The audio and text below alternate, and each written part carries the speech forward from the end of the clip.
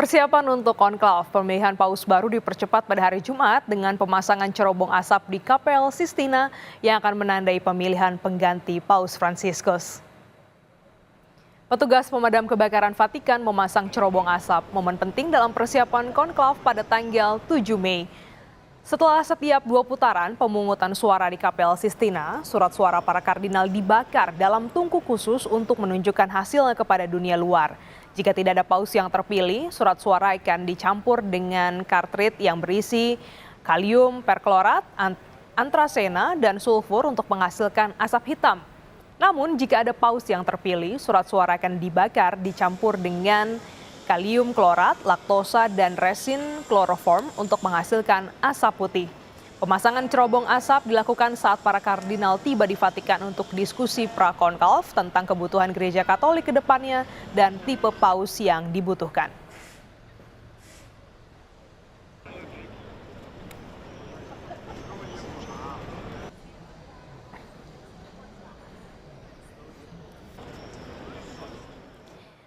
Wafatnya Paus Fransiskus menandai akan diselenggarakannya pemilihan paus baru yang melibatkan kardinal gereja Katolik seluruh dunia.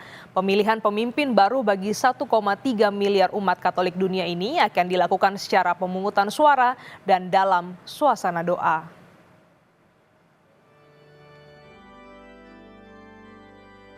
Ketika seorang paus wafat, terjadi periode sede vacante atau tahta suci yang kosong. Setelah paus meninggal, sang Carmelengo atau kepala rumah tangga kepausan harus mengesahkan kematian itu dan menyegel apartemen kepausan. Ia menjalankan tugas administratif dan keuangan tahta suci sampai paus baru terpilih dan menjalankan tanggung jawab itu. Tugas Carmelengo yang sebagian besar bersifat seremonial saat ini dipegang oleh Kardinal Kevin Farrell, seorang imam kelahiran Irlandia Amerika.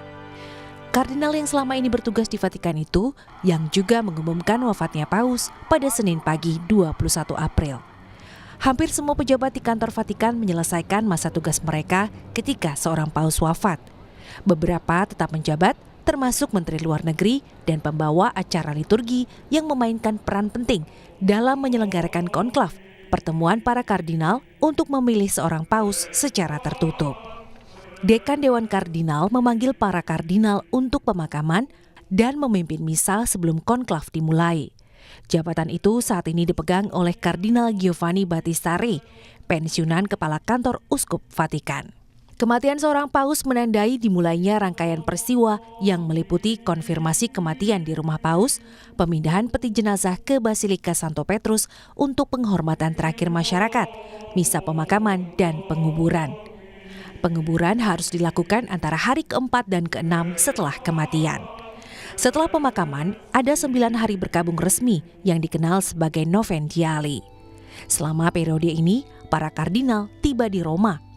Konklav harus dimulai 15-20 hari setelah sede vacante diumumkan, meskipun dapat dimulai lebih cepat jika para kardinal menyetujuinya. Para kardinal yang berusia di bawah 80 tahun yang memenuhi syarat untuk memberikan suara. Peraturan saat ini secara teoritis membatasi jumlah pemilih hingga 120, tetapi paus seringkali melampaui batas itu. Menurut statistik Vatikan yang terakhir diperbarui, ada 135 kardinal yang berusia di bawah 80 tahun dan memenuhi syarat untuk memilih. Kardinal yang berusia di atas 80 tahun dapat dipilih menjadi paus. Mereka yang berusia di atas 80 tahun tidak dapat memilih, tetapi dapat berpartisipasi dalam pertemuan prakonklav untuk membahas masalah-masalah gereja. Dalam pertemuan-pertemuan di tahun 2013 inilah Kardinal Jorge Mario Bergoglio ketika itu berbicara tentang perlunya gereja pergi ke pinggiran untuk menemukan mereka yang menderita. Sebuah pidato spontan yang mendorong pemilihannya. Pemungutan suara pertama diadakan di Kapel Sistina pada sore hari setelah misa perdana. Jika tidak ada paus yang terpilih, selama berhari-hari berikutnya akan diadakan 2 pemungutan suara setiap pagi dan 2 pemungutan suara setiap sore. Surat suara tersebut berupa potongan kertas persegi panjang yang bertuliskan, "Saya memilih sebagai paus tertinggi," dengan spasi untuk nama kandidat. Tulisan itu dalam bahasa Latin. Setiap kardinal menentukan pilihannya, melipat kertas menjadi 2 dan berjalan ke bagian depan kapel. Sambil menyatakan penyertaan Tuhan dalam pilihannya, ia menaruh surat suara di atas nampan dan menuangkannya ke dalam wadah. Setiap nama di kertas dibacakan dan dihitung, lalu hasilnya diumumkan kepada sidang setelah setiap putaran. Jika tidak ada yang memperoleh 2/3 suara yang dibutuhkan, surat suara ditusuk dengan jarum dan benang, kemudian diikat dan ditaruh di atas nampan, lalu putaran pemungutan suara lain dipersiapkan.